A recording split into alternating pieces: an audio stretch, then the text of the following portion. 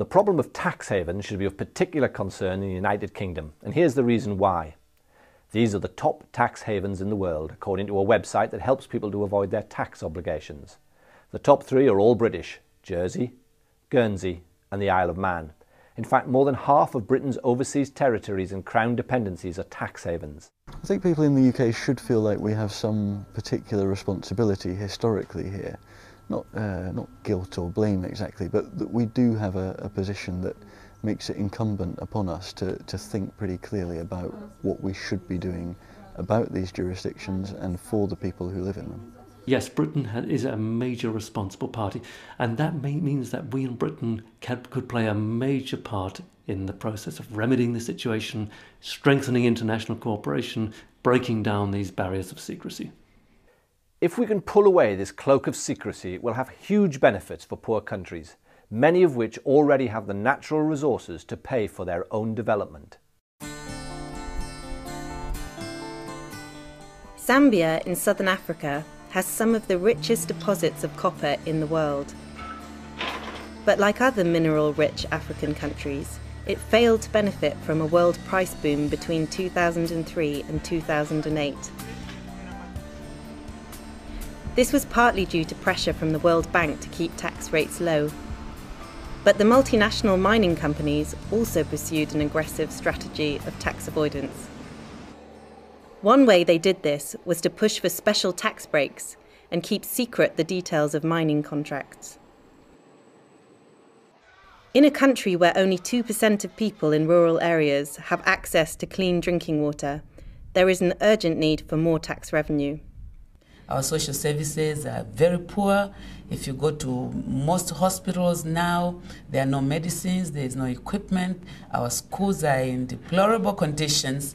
And therefore, I think it's incumbent upon those of us who have platforms to advocate, to start to agitate for the change in policy. Zambian churches and civil society are continuing the struggle to ensure a fairer tax deal in the country's mining industry. The global economic crisis means that finally lights are being shone into the shadowy corners of the financial world.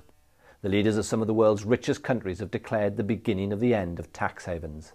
We need to make sure that the poorest countries have access to the information they need to crack down on tax dodgers. But when are we going to see action rather than words? I think there's always been a concern in the Treasury, regardless of which political party was in power, that were you to take radical steps, you would threaten the position of the City of London in global finance. Now, in my view, that's really been overdone. But what it does say is that you can't take unilateral action. You need a global solution to this problem. Christian Aid supporters can be proud of their history of successful campaigning. Drop the debt, $111 billion of debt cancelled. A huge benefit to developing countries. Trade justice, establishing the case for countries to be able to use trade policies to lift their people out of poverty. Climate change. British companies are required by law to report their carbon emissions. Now we're asking for your help to put an end to unfair tax practices and put money back where it belongs, in some of the world's poorest countries.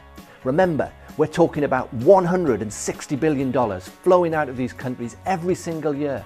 Money that could be spent on essential services like schools and hospitals, clean water and pensions. Christian Aid wants the multinationals to come out of the shadows and be completely open about where they make their money and how much tax they pay. We want them to be compelled to declare their profit levels in every country around the world where they operate. We also want a global agreement to lift the veil of secrecy offered by tax havens, forcing them to automatically share information with tax authorities in other countries. I pay tax and you pay tax, so why should these vast companies get away with paying so little? It's time to call them to account. And one last thing, anyone want to buy a banana?